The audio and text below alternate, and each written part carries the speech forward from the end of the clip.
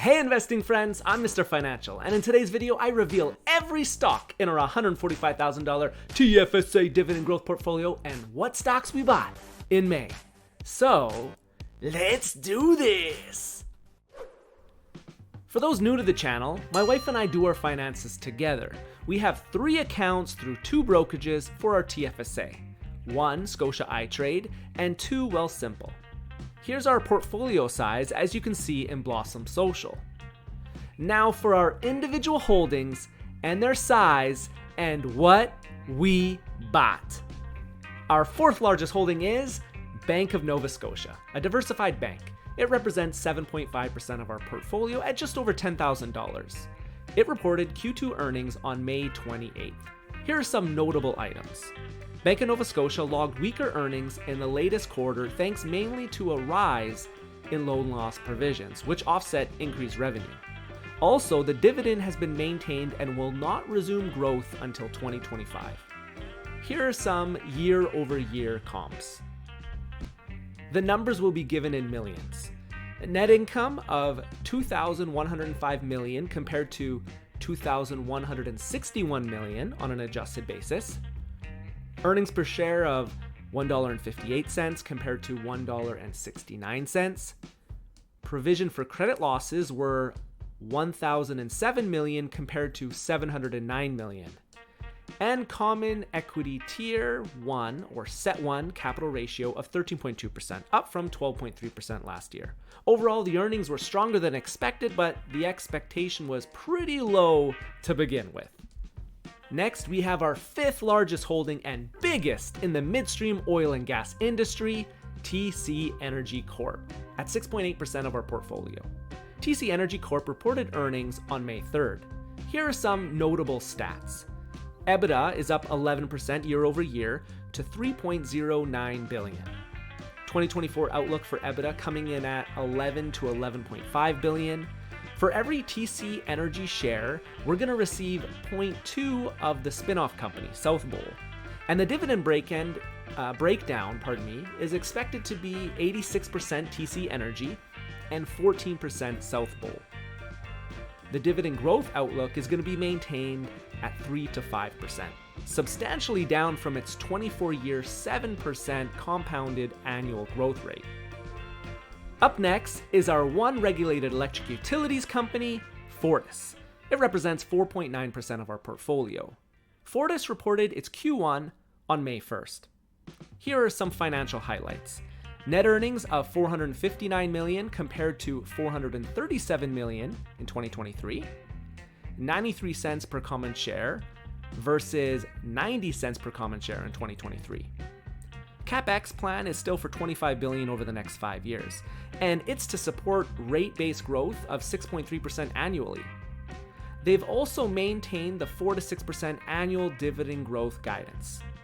That's the steady growth I like to see. Next, we have our 2nd largest holding, RIOCAN Real Estate Investment Trust, and it represents 9.1% of our portfolio with about $13,000 invested. This will continue to slide down the pecking order as we complete our portfolio rebuild. RIOCAN reported Q1 on May 7th. What do you think of the earnings report? Here's some stats. FFO per unit was 45 cents. FFO payout ratio of 60.7%.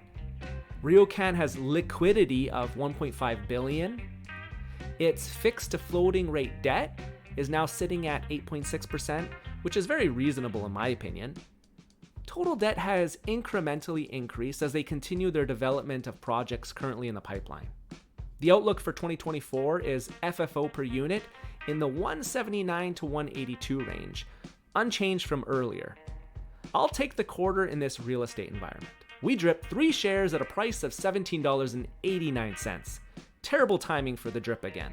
That added $3.33 to our dividend income at a yield of 6.2%. Are these kind of videos your jam? Please help us out by subscribing to our channel and smashing that like button. Next up, we have BCE Inc. at 4.2% of our portfolio. It's in the telecom services industry. They reported Q1 results on May 2nd, and they were as terrible as expected, and the market really didn't react. Some lowlights were year-over-year revenue was down slightly, cash flow from operating activities continued to slide, the financial targets for 2024 remain poor with EPS and free cash flow contracting, and Bell Media revenue continues to shrink at a fast rate. We still added 0.149 shares at an average price of $46.24. That added almost $1, 59 cents to our dividend income at a yield of 8.6%. Next, at 5.4% of our portfolio, we have MANULIFE Financial Corporation. It's our one holding in the life and health insurance industry. MANULIFE has done exceptionally well the last year, and I still see a lot of upside in the year ahead. MFC released Q1 results on May 8th, and they were great. Here are some really good highlights. Core EPS of 94 cents, up 20% from Q1 of 2023. Core earnings of $1.8 billion, up 16%. An increase of 11% in adjusted book value per common share. APE sales up 21%. I'm happy to see the buybacks coupled with the dividend increase. I still see good upside in the years to come in the three primary markets they operate in. Our next position is ENBRIDGE in the midstream oil and gas industry, representing 6.1% of our portfolio. ENBRIDGE reported Q1 earnings on May 10th, and I think they were pretty good. Here are my highlights.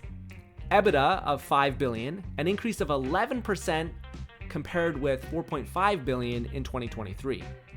DCF of $3.5 billion, an increase of 9% compared with $3.2 billion in 2023.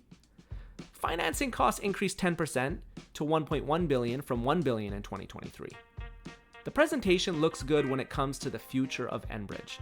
With $25 billion in secured capital projects over the next 3 years, I see no reason for the highly contracted revenue to continue to flow and grow.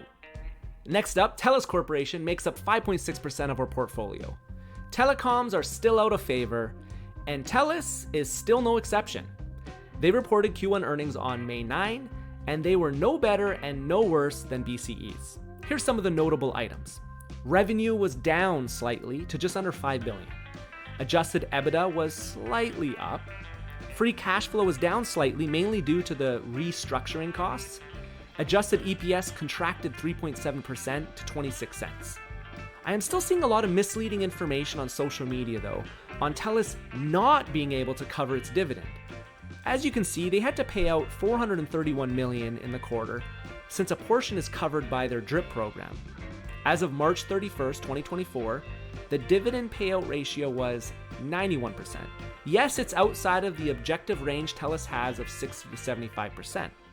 In spite of the high ratio, TELUS increased its dividend 3.5% to 38.91 cents a quarter.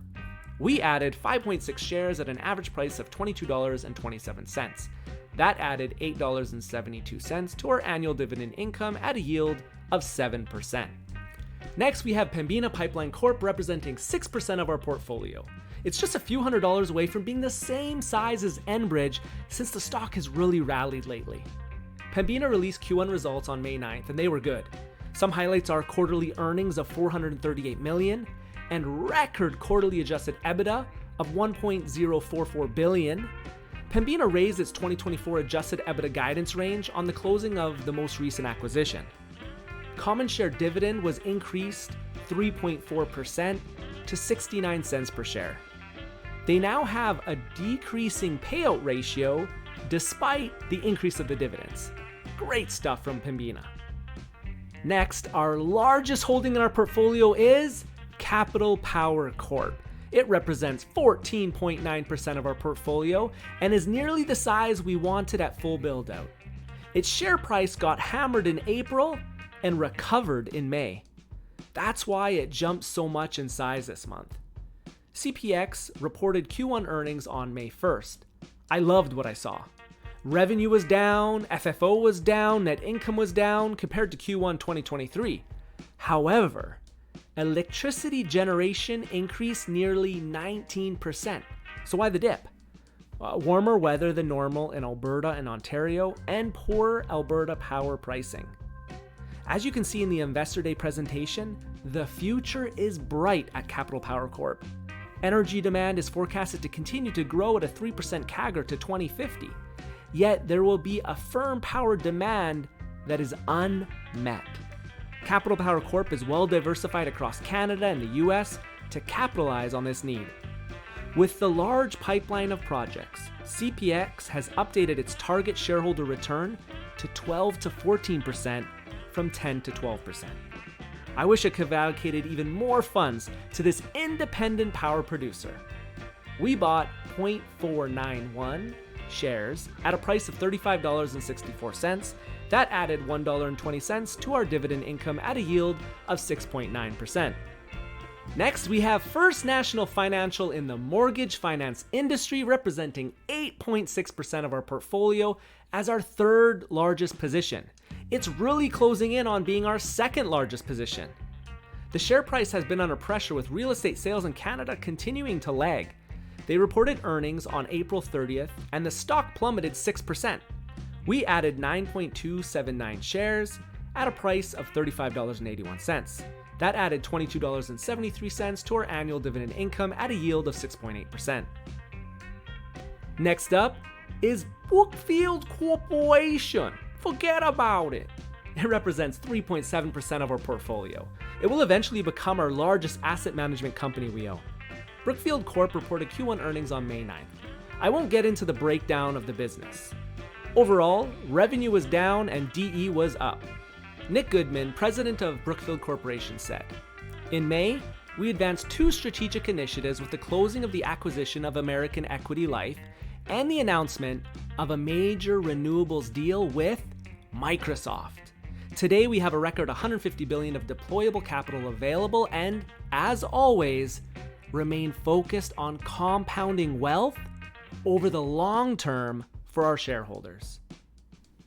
During the quarter, BN returned $626 million to shareholders through regular dividends and share repurchases. To date this year, they repurchased over $700 million of shares. They also renewed their NCIB, representing 10% of outstanding shares towards the end of May. Next, MCAN Financial represents 2.3% of our portfolio after some more buying we did. It's in the mortgage finance industry. MCAN Financial reported earnings on May 7th. Net income of $23.2 million, or 65 cents per share in the first quarter of 2024, was relatively consistent with net income of $23.3 million, or 67 cents per share in the first quarter of 2023. First quarter 2024 return on average shareholders' equity was 17.09%. Total assets are sitting at nearly $5 billion. So we added 30 shares at a price of $15.64. That added $46.80 to our annual dividend income at a yield of 9.9%. Next, we have FIERA Capital, our smallest asset manager. It represents 2.6% of our portfolio. FIERA reported Q1 earnings on May 8th. They were really strong considering the situation FIERA is in. AUM grew to $165 billion from $161 billion. LTM free cash flow is back to $72 million. And adjusted net earnings are 25 cents per share. Next, we have SmartCentres Real Estate Investment Trust. It makes up 6% of our portfolio. SmartCentres reported Q1 earnings on May 8th. It was uneventful in my opinion. Same property NOI increased 3%, similar to inflation. AFFO of 49 cents and a payout ratio of 94.5%. They now have 21 properties under development, up one. Their self-storage facility in Whitby opened in March 2024. And they completed the construction of the structure of the 402-unit apartment and seniors resident project at Ottawa's Laurentian Place Shopping Centre in Q1 2024. We added 0.109 shares at a price of $22.48 a share. That added 20 cents to our annual dividend income at a yield of 8.2%. Next, we have TD Bank at 3% of our portfolio. This is the second biggest diversified bank in Canada. TD reported earnings at the end of May. Compared to last year, adjusted diluted earnings per share were $2.04, compared with $1.91. And this was a big beat compared to the $1.85 consensus estimate. Reported net income was $2.6 billion compared with $3.3 billion. Adjusted net income was $3.8 billion compared with $3.7 billion. Provision for investigations related to the bank's AML program was $615 million. We still added 2 shares at a price of $75.07. This added $8.16 to our annual dividend income at a yield of 5.4%. GoEasy Ltd is our one consumer finance company that makes up 0.5% of our portfolio. We have a great cost basis, but failed to build out this position before it broke out, and it continues to break out. We want this at 5%. It reported Q1 earnings on May 7th, and they were stellar. Year over year, revenue was up 24% to $357 million, EBITDA up 25% to $137 million, ROE of 21% and forecasted to remain there through 2026. Gross loans grew 29% to $3.9 billion. Diluted EPS was up 13% to $3.40. With such great results of late, it is no wonder the stock is up 70% in the last year. Our one ETF is VFV, Vanguard's non-hedged S&P 500 index ETF. VFV still makes up 0.2% of our portfolio, and with the S&P flying sky high, I haven't been able to add to this position in our TFSA. Our target remains 5%. I don't see that happening with the PE ratio sitting at 25.7. It has come down a bit in spite of the 14% year-to-date performance. And our last position is CANOE EIT Income Fund. It makes up 2.2% of our portfolio. This income fund is technically in the asset management industry. This fund has 29% in financials, 16% in energy, 15% in industrial, and 12% consumer services. It is split nearly 50-50 between the US and Canada, with the biggest holding now American Express at 5.6% of the portfolio. We did half the buying in May as we did in April. We deployed a total of $1,080.23, adding $91.73 to our annual dividend income at a yield of 8.5%, thanks to MCAN Financial. As a dividend growth investor that will soon be transitioning away from my secular work, I need to protect my portfolio from drawdowns as much as I want it to grow in a bull market. One of the ways we do this is by sector and industry diversification. Here's the breakdown of our portfolio by industry as of May 31st. Diversified banks now make up 10.6% of our portfolio. Midstream oil and gas makes up the largest at 18.9% of our portfolio. This will drop to about 13% at complete build-out. Regulated electric utilities make up 4.9% of our portfolio. Retail REITs make up 15.2% of our portfolio, and much like midstream oil and gas, this will moderate down to about 12-13% at full build-out. Telecom services make up 9.9% of our portfolio. Life and health insurance makes up 5.4% of our portfolio.